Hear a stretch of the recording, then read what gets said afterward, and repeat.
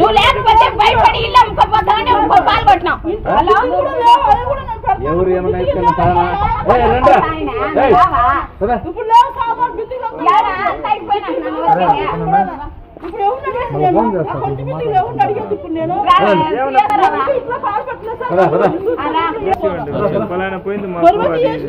ఇంకమ్మా అది కూడా చూడండి. చూస్తారు 10 రోజులు పోయాక ఈడుస్తుందండి. అంగడి దగ్గరకు వచ్చి ఈడ్చి కొడతారంట నన్ను. ఈ మధ్యలో వడ్డీ పోక వాళ్ళ బాధ అట్లాగా ఊరోళ్ళు వచ్చి మనం చేసి నాతో ముగ్గురు ఆయన సోభాసం చేసి ఆయన దగ్గర డబ్బులు తీసుకుని నాశనం అయిపోయారు.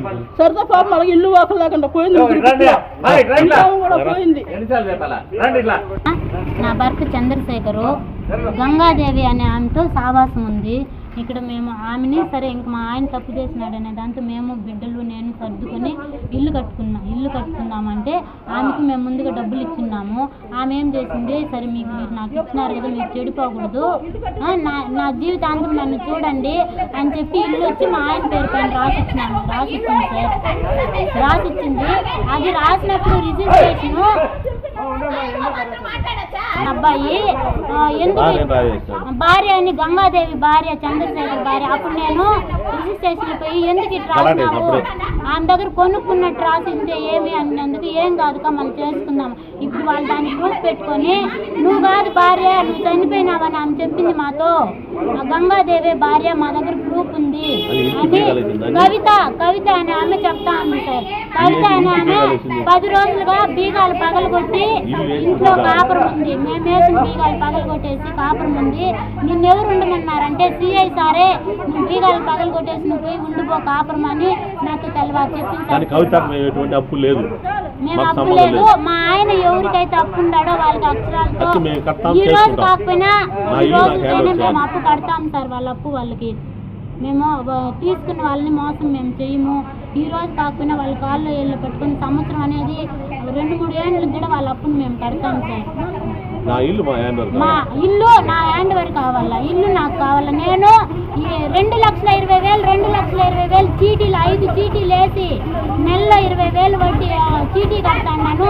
మళ్ళా సంఘంలో ఎత్తిచ్చి నేను ఇంటికి కడగాల నుంచి డబ్బులు ఇచ్చినాను.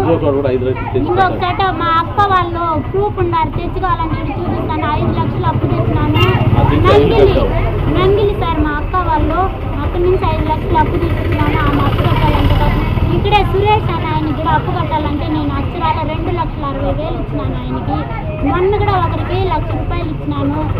కొద్దిగా కడతా. ఆమె కూడా అంగిట్లో డబ్బులు ఫోన్ పే కవిత అని ఆమె ఇప్పుడు 10,000 తీసుకునింది అనుకో, వాళ్ళ దగ్గర ఫైనాన్స్ తీసి ఇచ్చినాను అనేది కవితకే ఫోన్ పే చేసినాడు. మా ఆయన దగ్గర ప్రూఫ్ ఉంది సార్. ఇప్పుడు ఆమె వచ్చి ఇంకొక ఆమె నా దగ్గర కూడా 10,000 తీసుకుని ఇచ్చినాను కదంటే కవిత నాకు ఇవ్వలేదు అని చెప్తాను. ఇంకొక ఆమె ఇప్పుడు నా ముందు పోయిన ఆదివారం తెలిసింది సార్. వస్తే వాళ్ళు నన్ను రానిలేదు మా వాళ్ళు. నేను ఈరోజు తెల్లవారితో వచ్చినాను. ఇల్లు నా హ్యాండ్ వరకు కావాలా, నా పిల్లలు ఉన్నారు, నా భర్త ఉన్నాడు. ఆమెను కావాలంటే ఆమె అప్పులు లోను మా అబ్బాయి కడతా ఉన్నాడు. 14,000 చిల్లర కడతాడు సార్ అప్పు బ్యాంకులో. కట్టాలని తీసినాము అప్పులు కడదామని. అంత లోపల మా ఇంట్లోనికి యాక్సిడెంట్ అయింది. అంత సంఘంలో ఉంటే కొంచెం అప్పు కట్టినాము 2 లక్షల దాకా.